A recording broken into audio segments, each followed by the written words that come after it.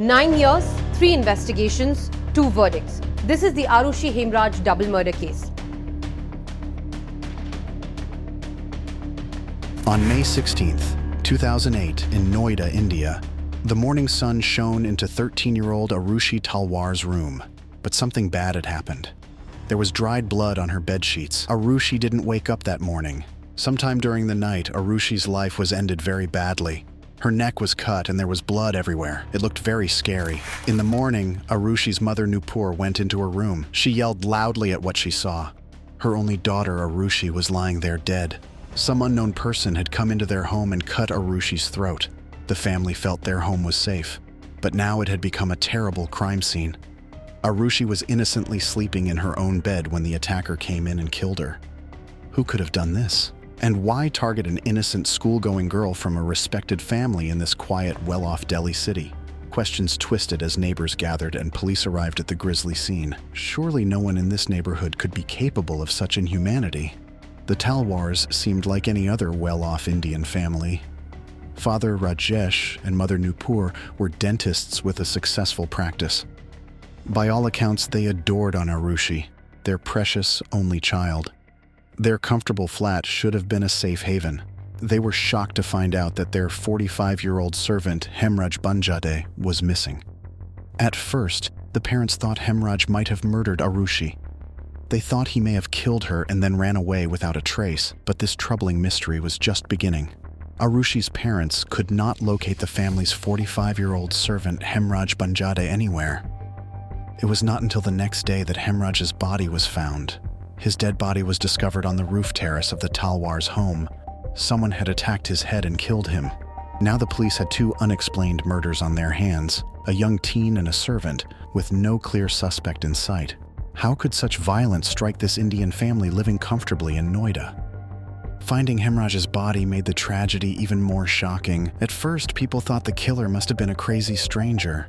They thought maybe a thief had broken into the home at night and killed Aarushi and Hemraj. But within a few days, the investigation changed direction.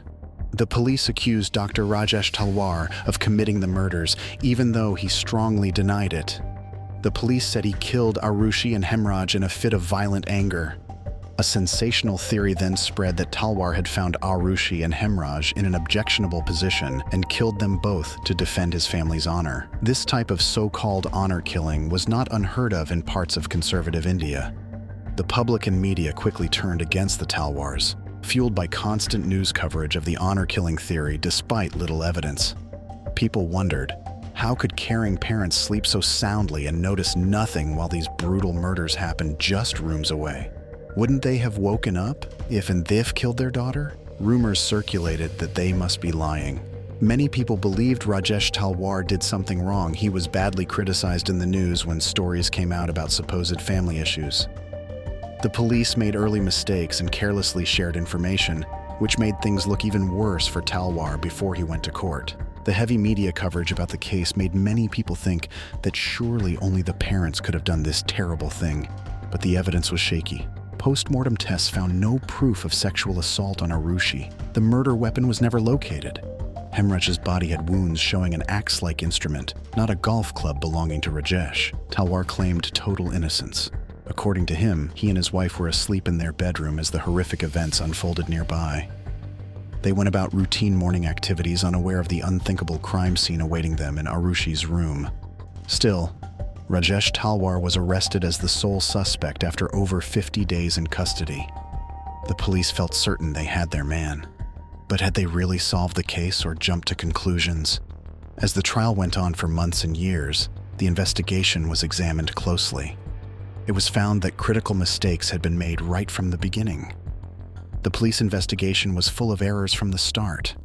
The crime scene was not properly isolated, and evidence was contaminated. Basic procedures like dusting for fingerprints were ignored. The first officers arrived without gloves, moving items around. No one sealed off the area around the terrace where Hemraj's body was later found. The autopsy was mishandled. The police did not properly collect vaginal swabs or determine the time of death. The statements from witnesses were inaccurate and incomplete. Yet, despite little concrete proof, in the closing arguments, the prosecution said that the last seen principal showed Rajesh Talwar was guilty. They said no one else could have done it. This thinking influenced the judge.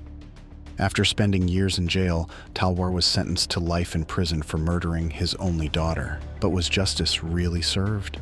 Years later, Rajesh Talwar's sentence was overturned in an appeal. The higher court felt the evidence was too weak for the judgment. The prosecution could not even prove that Talwar was at the scene during the time of the murders. There were no blood-stained clothes or murder weapon clearly tying him to the horrific act. Yes, Talwar may have seemed suspicious, but strong suspicion alone cannot override the principle of innocent until proven guilty. Serious doubt remained. The judge ruled that Rajesh Talwar had been wrongfully sentenced. After losing his freedom for so long, Talwar finally walked free. But one big question still remained. If he did not kill Aarushi and Hemraj, who did? After all this time, the shocking double murder in Noida remains unsolved. The real killer has not faced justice. Tragically, Aarushi and Hemraj's lives were cut short that fateful May night over a decade ago. Still today, it is not too late to find the truth. Advanced forensics and a fresh look at the evidence could potentially crack open this cold case. Eyewitnesses might yet come forward with new information. Retesting old crime scene samples could identify telling DNA profiles of suspects. Arushi's parents deserve to finally know the truth. All of India closely followed each turn in this dramatic case. It exposed major flaws in police procedures, media ethics, and the justice system.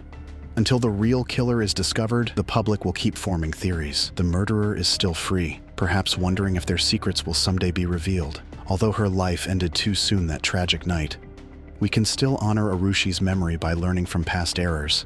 Her case reminds us that even ordinary families can get drawn into darkness. By improving police investigations, responsible journalism, and fair trials, justice has a better chance of being served. As a society, we owe it to Aarushi not to repeat the same mistakes. Her parents deserve justice after so much suffering. No matter how long it takes, the truth must come out. Justice will allow this family and community to start healing from a devastating crime that shook the nation.